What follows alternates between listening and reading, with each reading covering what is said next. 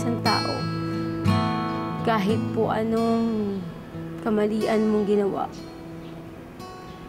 alalahanin mo ang isang magulang na sa bandang huli, lalapitan mo rin siya kahit anong problema mo.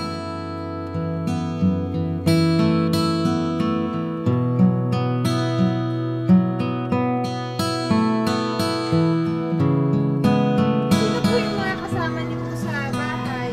Mga pamangkin, mga apo.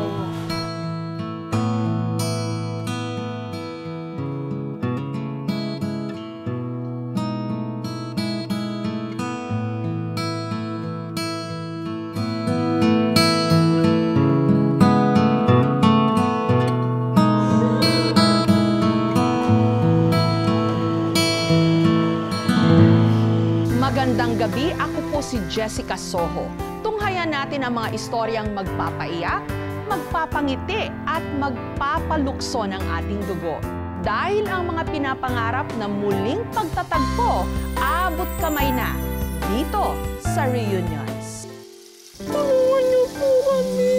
Mundo'y nawala ng kulay, pangarap nawala ng saysay, nang bigla na lang mawalay ang mga mahal sa buhay. Lahat tayo'y may karapatan na sa pamilya'y mapabilang. Lahat tayo'y magtutulungan sa muling pagkikita ng inasam. Ang naghahanap ay may pag-asa, ang nawawala ay makikita. Nasirang pamilya muling mabubuo, gulong pangarap muling itatayo dito sa Reunions.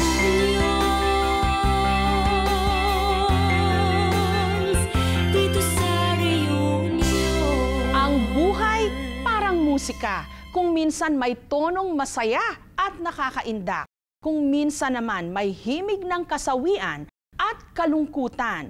Pero anumang klase ng musika ang tugtugin ng inyong buhay, tandaan, sa huli, kayo pa rin ang magiging kompositor nito.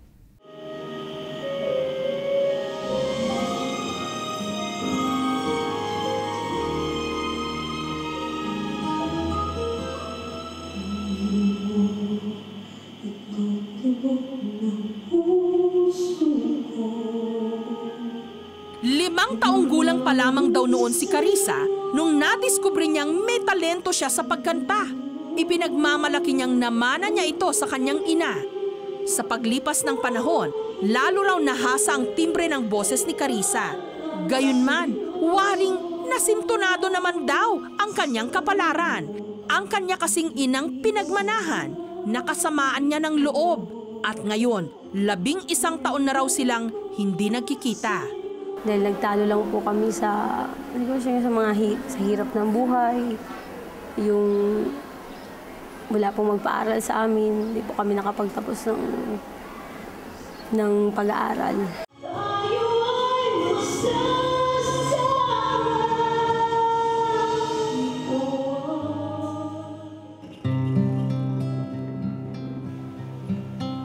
Kaluluwas lang ni Carissa mula Marinduque. Narito kasi siya sa Maynila para sa dalawang bagay. Dahil gusto ko po makapagtrabaho. Tapos hinahanap ko po yung mother ko. Kung tutuusin, malalim daw talaga ang hindi nila pagkakaunawa ang mag-ina. Nung pinanganak po ako ng mother ko, pina-adapt po ako dun sa kaibigan niya. Tapos siya po nagpalaki sa akin. Masaya po ako dahil nung maliit po ako sunod ang dugo ko. Nabibili niya po lahat ng para sa akin. Hanggang sumabog sa mismong mukha ni Carissa ang katotohanang isa pala siyang ampon.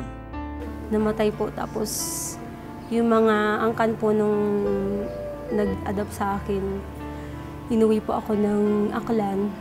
Tapos yung mga kapatid nun, pinagpasapasahan po nila ako. Ginawa po akong alila. Pinaglalaba ako, magluluto, maglilinis. Tapos pag mali pa yung ginagawa ko, siyempre sasaktan ka. Sa pagpanaw ng nakagisnang ina ni Carissa, tila naputol na rin daw ang masayang musika noon ng kanyang buhay. Naging matigas pa ang ulo ko nung nalaman ko nga pong ampon ako. Nanaig yung galit sa dibdib ko. Yung mga taong nag-ano sa akin, sumuko sila. Binalik ako sa tunay kong magulang. Hanggang mag-12 anyos si Carissa. At doon daw niya nakilala ang tunay niyang ina, si Marilyn. Wala paramdamang pagmamahal. Galit po. Yun. Kaya po nun, simula nun, parang nakita ko yung pagmamahal ng tunay kong magulang sa mga kapatid ko. Tapos nagsiselos ako. Yung inalagaan niya po ako kahit papaano. Kahit may galit ako sa kanya. Habang lumalayo ang loob ni Carissa sa kanyang tunay na ina, unti-unti siyang nahibang sa pagkanta. Bagay na naging daan para maging lead vocalist siya sa isang banda. Dito niya nakilala ang naging unang kaduet niya sa pag-ibig. One time na may nakilala po ako sa Sapote. Yung unang asawa ko. Dinala po ako sa Marinduque tapos hindi na po ako nakauwi sa mother ko. Sa pagkakataong ito, waring sumalang si Carissa sa panibagong entablado. Napakalungkot po. Lalo na pag nasa ibang lugar ka, wala kang karamay, walang dumamay sa'yo, wala kang mahinga na sama ng loob. Pero katulad ng isang awit na may simula at katapusan, nagwakas din ang mga pinasok na relasyon ni Carissa. Pero nung nag-asawa ako, tapos iniwanan ako. Tapos nag-asawa ulit ako, tapos iniwanan ako ulit.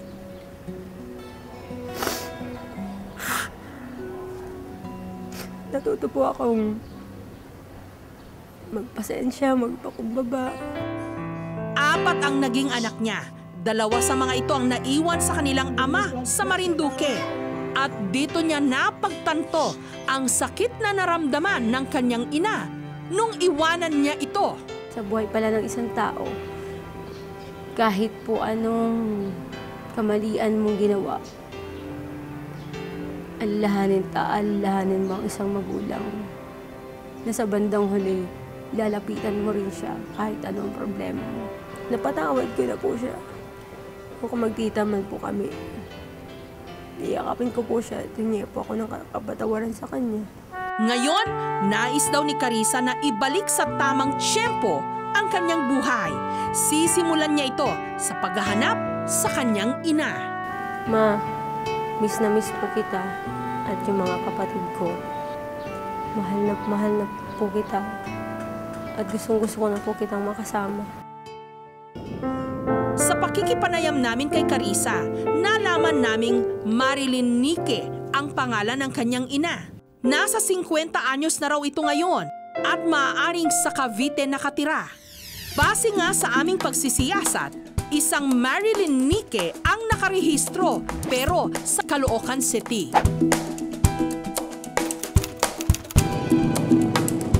Saan po dito yung Mahogany Street? Sa kabila. Sa kabila po.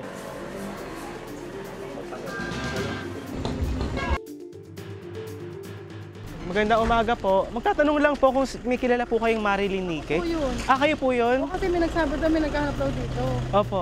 Magtatanong lang po ako kung meron po kayong kilalang Carissa. Yung anak ko po yun sa Marinduque, hinahanap ko nga po. Dito sa reunion.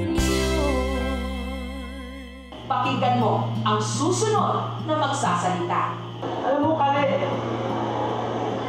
tagal na kitang naminis. Simulang umalis ka. Matagal na kitang naaalala.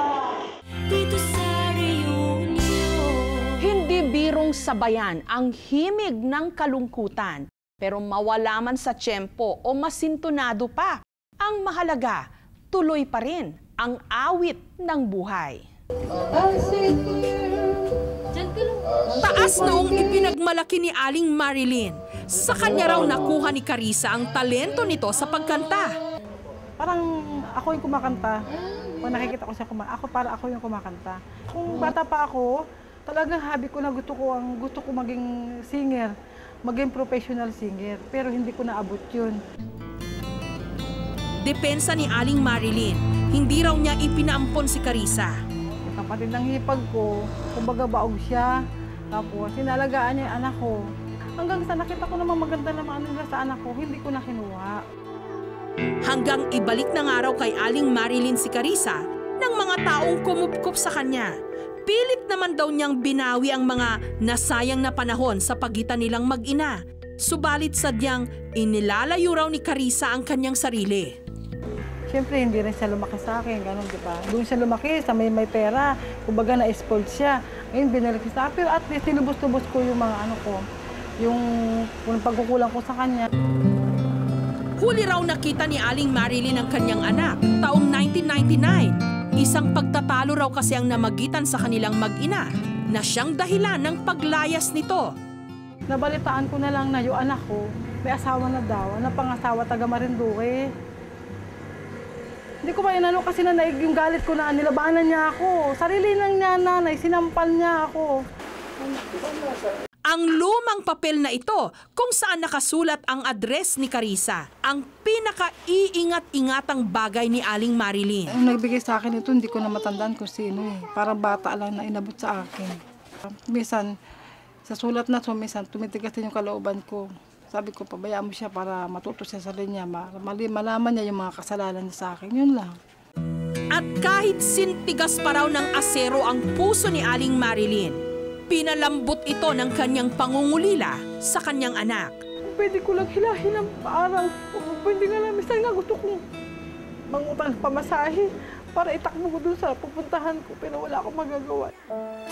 Sa lahat ng pinagdaraan ng paghihirap ni Aling Marilyn, bukod tanging ang anak daw niyang si Jennifer ang nanatili sa kanyang tabi. Kahit ako, sasabi rin ako sa ate ko kasi sabi ko sa kapatid. Tsaka sa totoo lang, nainggit kasi ako sa kanya nung nagkita kami. Sabi ko, ang ganda kasi ng boses niya. Siya kasi ang laging, kumbaga siyang ng mama ko. Dahil sa ganda ng boses niya, talagang meron siyang talent. Sa kabila ng selos na nararamdaman ni Jennifer sa kanyang ate Carissa, mahal pa rin daw niya ito. Pag nagpapatugtog ako ng mga katulad ng Celine Dion, Whitney Houston, naalala ko siya, feeling ko siya yung kumakanta. Kasi sabi kasi nga ako sa kapatid, gano'n. Baga, sabi ko kung magkikita kami ni ate, sana iba na yung ugali niya na mahalin niya si mama. Kasi ako mahal na mahal ko mama ko eh. Alam mo, Kare, matagal na kita namimiss. Simulang umalis ka, matagal na kita naaalala. Mahal kita eh. Ikaw lang naman nagsasabi sa sarili mo, hindi kita mahal. Kinabukasan, sinamahan namin si Carissa sa isang studio. Sinabihan namin siyang kukuhanan siya ng video habang kumakanta. Habang naghahanda si Carissa, sinundo na namin ang kanyang pamilya. Sa kanyang pag-iensayo, isang sorpresa ang ipinarinig namin sa kanya. Jessica Soho ito. Alam namin sa reunions na sobrang nangungulila ka na sa iyong ina. Mag-relax ka muna dyan ha, kasi isang sorpresa ang handog namin sa iyo. Pakinggan mo ang susunod na magsasalita. Alam mo, Kare, tagal na kita namimiss. Simulang umalis ka, matagal na kita naaalala. Mahal kita eh. Ikaw lang naman nagsasabi sa sarili mo, hindi ko ka mahal. Hindi mo lang alam yan. Mahal na mahal kita. Kaya ikaw lang nagsasabi sa sarili mo, hindi kita mahal. Sana bumalik ka na sa akin. Masaya po na hindi ko akalain na marinig yung boses ng mama. Sa tagal na panahon na hindi kami nakita. Habang patuloy sa pag-awit si Carissa, dumating si Aling Marilyn.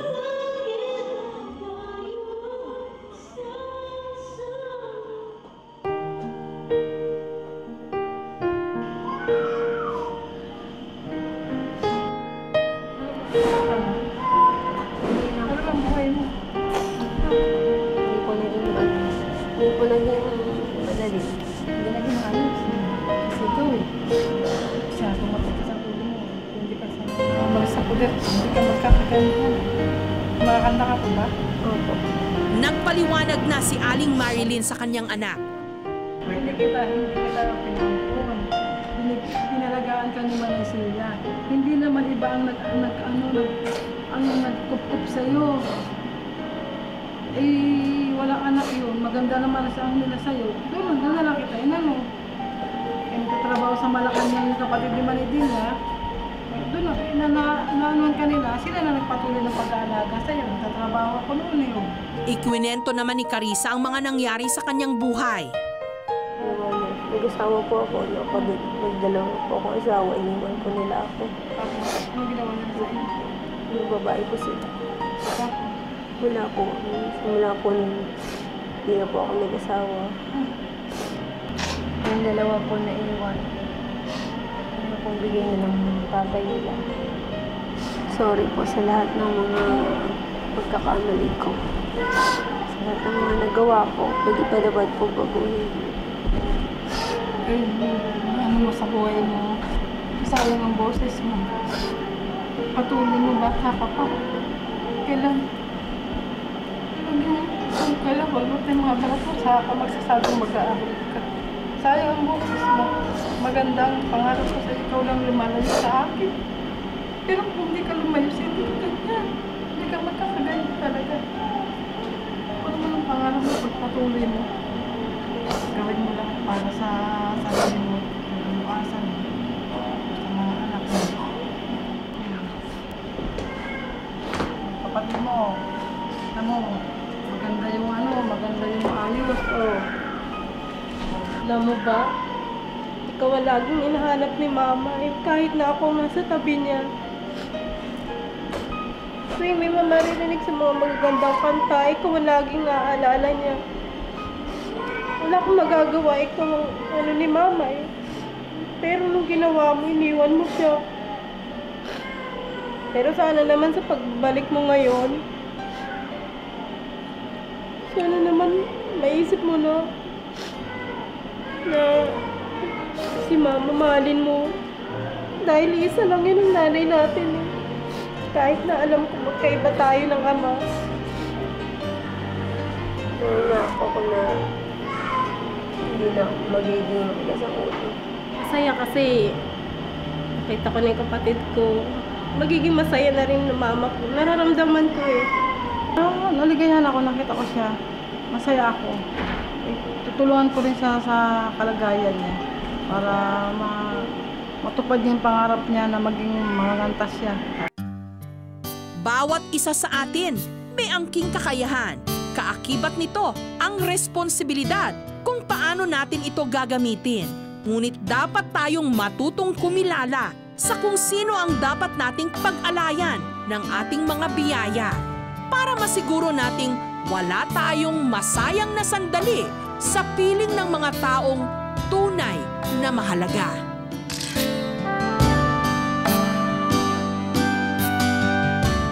Dito sa Reunion. Paano mo haharapin ang dapit hapon ng buhay kung wala ni isang kamag-anak na kumakalinga sa'yo? Dito sa Reunion. Kung ang iyong ina, unti-unti nang inaanay ang memorya, hahayaan mo ba siyang mamasyal na mag-isa? Hindi kaya sa huli, ikaw naman ang anayin ng pagsisisi. Paano mo haharapin ang dapit hapon ng buhay kung wala ni isang kamag-anak na kumakalinga sa'yo? Ito marahil ang naglalaro ngayon sa isipan ng 78 anyos na si Nanay Luisa, kasalukuyang nasa poder ng Jose Fabella Center o JFC sa Mandaluyong City. Isang buwan na siyang nawawala. Hinala ng social worker, maaring papasyalan daw ni Nanay Luisa ang isa niyang kaibigan nung araw na nadampot siya ng MMDA sa Pasig. Si Lola, malinis naman siya. Maayos naman siya. Kaya lang, parang wala siya sa sarili niya. Ito po yung barangay certification na nakuha namin sa kanya. Ang pangalan niya rito ay Luisa Gregorio, na nakatira siya sa Bernardo Compound, Kaliwag Street. Ito naman ang kanyang senior citizen na ID, na ang address naman niya ay sa Mercado Village, Barangay Pulong Santa Cruz, Santa Rosa, Laguna ito.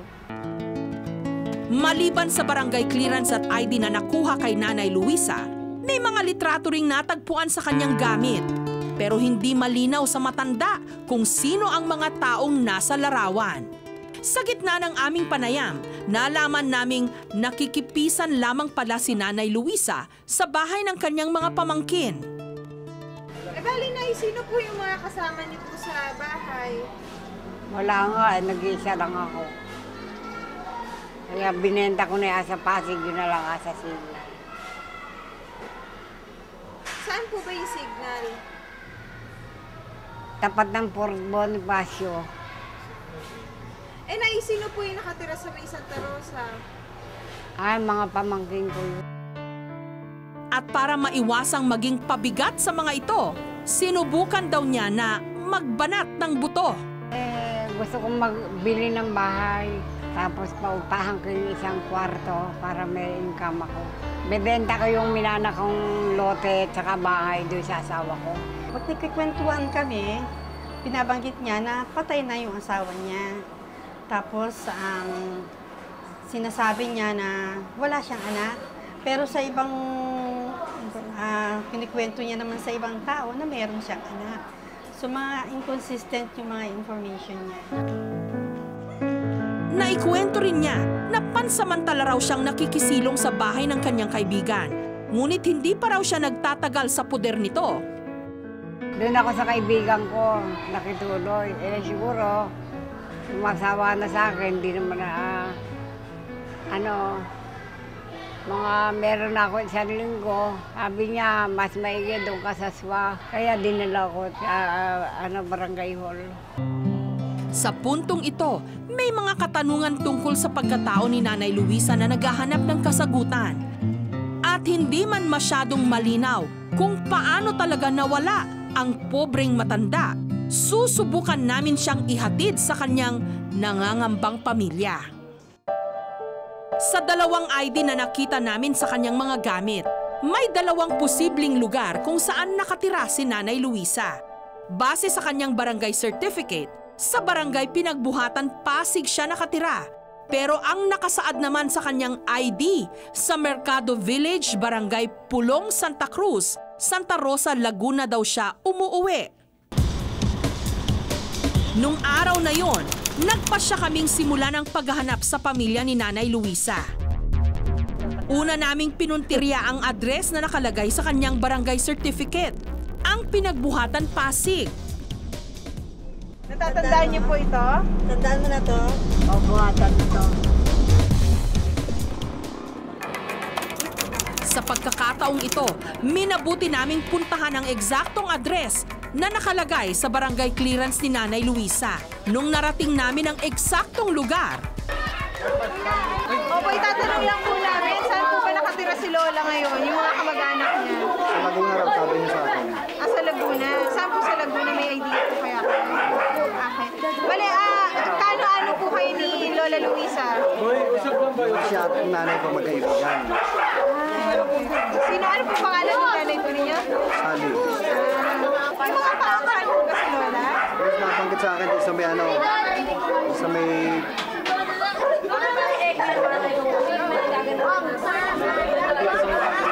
Ito po yung Tapos nagulat nga ako nung tent dito. Kasi hindi ko na tinanong. Kasi kakilala sa nanay ko. Ngayon, hindi ko na, tumatagal na siya dito. Hindi ka na pwede dito. Marami kang kanina yung hawak na sa kasamaang palad, wala roon ang mismong kaibigan ni Nanay Luisa na si Sally. Ngunit inamin ni Zaldi na totoong inirefer nila ang matanda sa DSWD Pasig. Hindi na raw kasi nila kayang alagaan pa si Nanay Luisa. Kaya't minabuti nilang ilagak na lamang ito sa DSWD kung saan mas mabibigyan siya ng atensyon. Suspetsa rin ni Zaldi, maaring nakatakas daw si Nanay Luisa sa DSWD, kaya ito natagpo ang pagala-gala sa lansangan ng Pasig. Ano kaya ang kahihinatnan ng paghahanap namin sa pamilya ni Nanay Luisa? Dito sa Reunions. Susunod, agad naming binaybay ang daan papuntang Santa Rosa, Laguna. Habang nasa biyahe, unti-unti nang nagiging pamilyar ang lugar kay Nanay Luisa. Dito sa Reunions. Hindi man namin tiyak kung nasaan ang mga kamag-anak ni Nanay Luisa, gagawin pa rin namin ang lahat ng aming makakaya upang muli niyang makapiling ang kanyang pamilya. Siya na nga kaya ang ika-500 kasong nalutas ng Reunions. Agad naming binaybay ang daan papuntang Santa Rosa, Laguna. Habang nasa biyahe, unti-unti nang nagiging pamilyar ang lugar kay Nanay Luisa. Johnny. Johnny, ano po? Duarte. Doon sa may papuntang highway, ganyan, no? Johnny Duarte po. Johnny Duarte. Doon yun. Saan po? Doon sa harap ng ko. Mabilis naming tinahak ang itinurong lugar ng aming napagtanungan. Magandang gabi po. Saan po ba si Johnny Duarte po? Bawa ka na. Andiyan po siya sa loob. Kayo po samahan. Aboy. Bakit na po? Bakit po? Ay, ano po? Kasi, may kamag-anak po ba kayo nawawala? Ay po pa si Lola Rosing yun. Matanda. Ilang sandali rin kami naghintay sa sinasabing pamangkin ni Nanay Luisa na si Johnny, pero hindi kami hinarap nito. Kaya naman nagpasya kaming magsiyasat pa.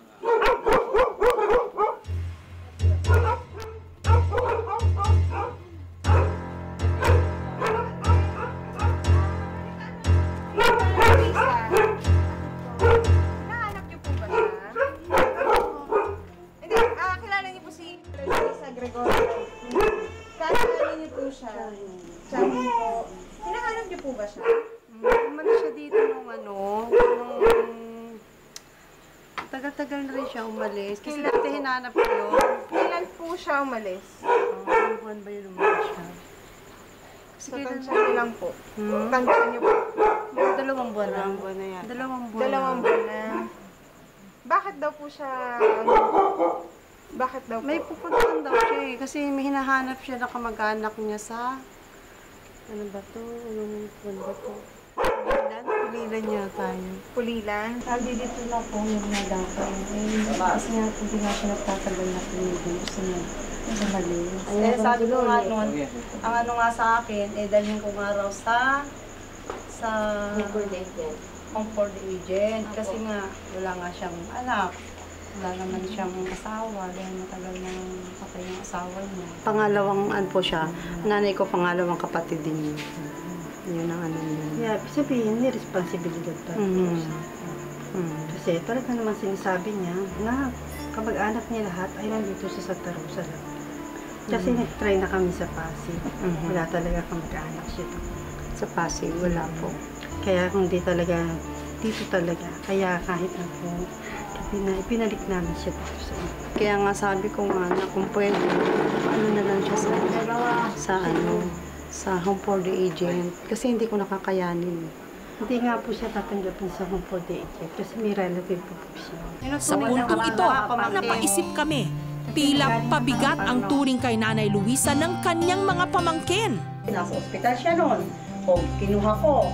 Ang nangyari, ako pamasamon. Andiyan lang ako isinusumpa, na andyan ang ganun-ganun rin. Minamasama yung aking ano. Sabi ko, hindi, ginawa ko. Inalpasan ko na. Kasi matanda na siya. Ay, kaya nga ako. Kaysa yung habang buhay kami magsasama ng hindi maganda yung ano, hanggang may linaw pa yung kanyang kaunting kaisipan, hindi, anuhin niyo siya, pagbigyan niyo siya. Hindi man naging maganda ang pagsalubong ng mga kamag-anak ni Nanay Luisa sa kanyang pagbabalik, positibo pa rin ang kanyang pananaw. Salamat pagdating mo. Sa akin, talagang sabi ko nga sa'yo, surrender na ako. Pero kung kinakailangan talagang siya i-ano sa DSWD, ate ko na siguro ang kailangan sumagot dun. Kinabukasan, nagpunta kami ng DSWD sa Santa Rosa, Laguna para ikonsulta ang tungkol sa kaso ni Nanay Luisa.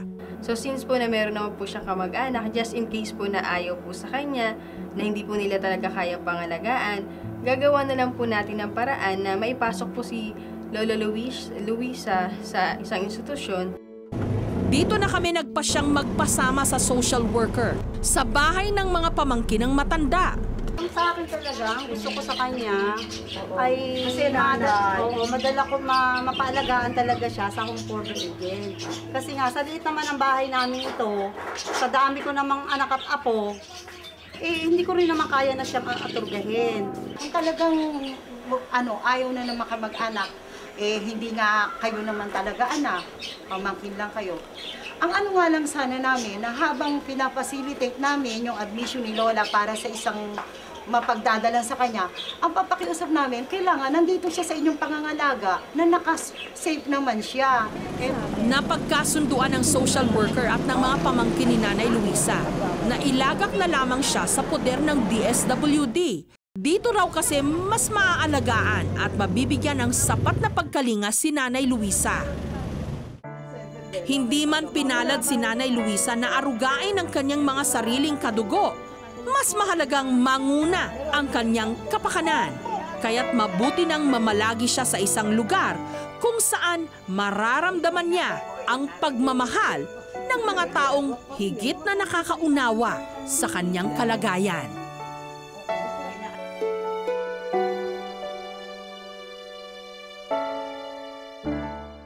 Dito sa Reunions. Dito sa Reunions. Buong pagmamalaki po naming ibabalita sa inyo na sa episode na ito, umabot na sa 500 ang bilang ng mga nawawala na nahanap na po natin at naibalik sa kani-kanilang mga tahanan. At kahit pa ho, lumagpas tayo ng 500, ipagpapatuloy pa rin natin ang ating misyon na mahanap ang inyong mga nawalay na mahal sa buhay. Para po sa mga kaso ng mga nawawala, tumawag lamang po sa aming hotline 982-7777, local 3011 o mag-email sa reunions@gmanetwork.com. Magandang gabi, ako po si Jessica Soho. Kami pa rin ang inyong mga kaagapay sa puspusang paghahanap dahil ang tanging hangad namin, pagbuklurin ang bawat pamilyang Pilipino dito sa Reunions. Lahat tayo'y may karapatan na sa pamilya ay mapabilang. Lahat tayo'y magtutulungan sa muling pagkikitang inaasam. Ang naghahanap ay may pag-asa, ang nawawala ay makikita. Nasirang pamilya muling mabubuo, gumuhong pangarap muling itatayo.